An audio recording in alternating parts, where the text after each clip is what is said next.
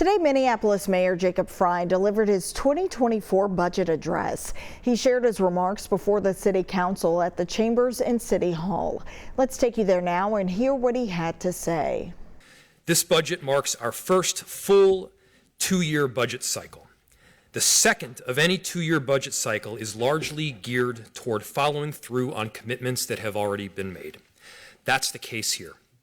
Multi-year promises that we made back in 2022 to our constituents, to city departments, staff, council members.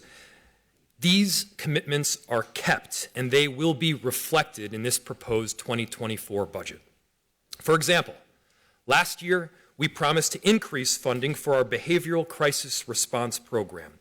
We have kept that promise with increased ongoing funding of nearly $3 million per year.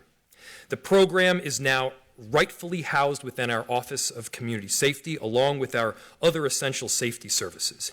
BCR has indeed become a staple in our safety system. It's here to stay, and we are committed to it. Last year, we also converted our violence prevention spending from temporary and one-time funding to permanent, ongoing funding. In the new government structure, we have built out a neighborhood safety department and are keeping our promise to prioritize funding and violence prevention work with a $3.3 million investment.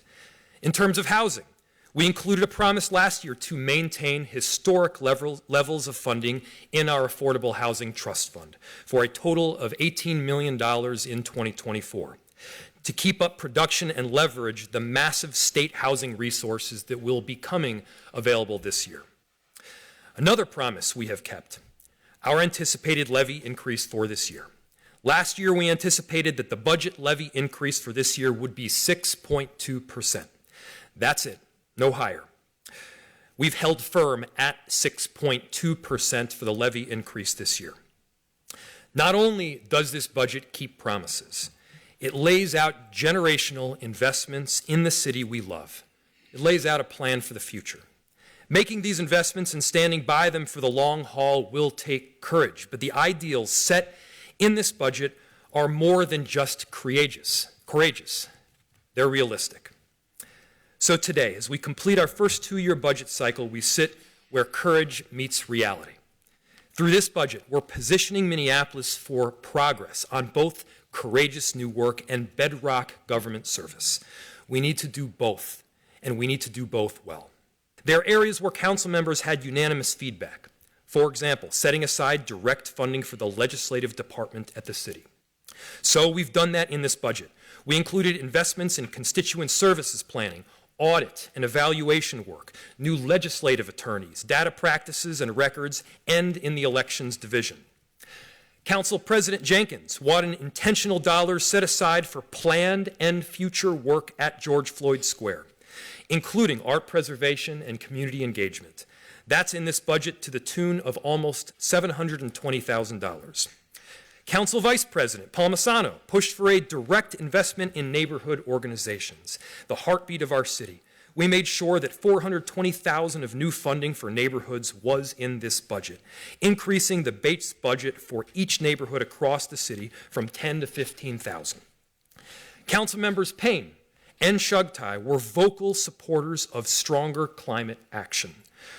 We're taking our work to the next level with a $10 million investment in the Minneapolis Climate Legacy Initiative, an historic framework to electrify more Minneapolis buildings and support the next generation of a green workforce. Councilmember Wansley and I agree on investing in our public housing. Council President Jenkins, MPHA, Executive Director Warsami, Board Chair Hoke and I announced last week that we're adding an historic $4 million of ongoing funding into the budget for Minneapolis Public Housing Authority, increasing our ongoing funding almost 5 times what it was just last year. Councilmember Rainville's brainchild, Warehouse District Live, was piloted this year to great success, where we saw the number of shootings in the downtown entertainment area drop drastically. We wanted to see this investment continue, so we're continuing the pilot with $600,000 in funding for next year. Councilmember Vitaw A former park board commissioner championed an investment in our parkways. From the north side to the south side, I agree with this, and we have included $2.7 million for parkway repairs. Councilmember Vitaw, by the way, also wanted investment in Turning Point, a nonprofit focused on substance abuse on the north side. We've included $500,000 for Turning Point. Thank you for your advocacy. So, hopefully you see that this budget is a thoughtful and collective budget, one that includes a great amount of input and feedback from my colleagues, you all on the City Council, and leaders throughout our enterprise. Thank you. Thank you all for your input. It has been invaluable. And this budget is indeed one that invests in our long-term city's future. Speaking of long-term impact, let's talk consent decree and community safety. It's not news to anyone that Minneapolis will be entering into a federal consent decree with the Department of Justice, one that will provide a roadmap for change. Getting this right, truly accomplishing change and reform is something that I know we all want. If we all want to see change in our police department, we need to recognize that change isn't cheap. And change isn't optional. It's no longer optional as to whether we have an early intervention system or not. We need to. It's no longer optional as to whether we hire compliance positions and use of force specialists. We have to. Indeed, the politics of these decisions should be a thing of the past. Through the consent decree, there will be a shared sense of understanding. Everyone will know what is required of us and the standard that we are collectively striving to meet. We will show our work, and we will have an opportunity here to unite around getting this right and the change that we all want to see. Here's what it's going to take. An investment of approximately $16 million in 2024 and nearly $11 million in 2025 and beyond. This will be a combination of ongoing and one-time funding and will go toward the implementation of this agreement, meaning the daily work of compliance. Driving this critical work for the city will be a team of at least 34 dedicated staff, including 28 civilian positions in MPD. This investment will go toward every part of the process to fundamentally change the way policing is done in Minneapolis. We will need new data systems built by our IT department. We'll need new staff positions, not only in MPD, but in civil rights and our city attorney's office.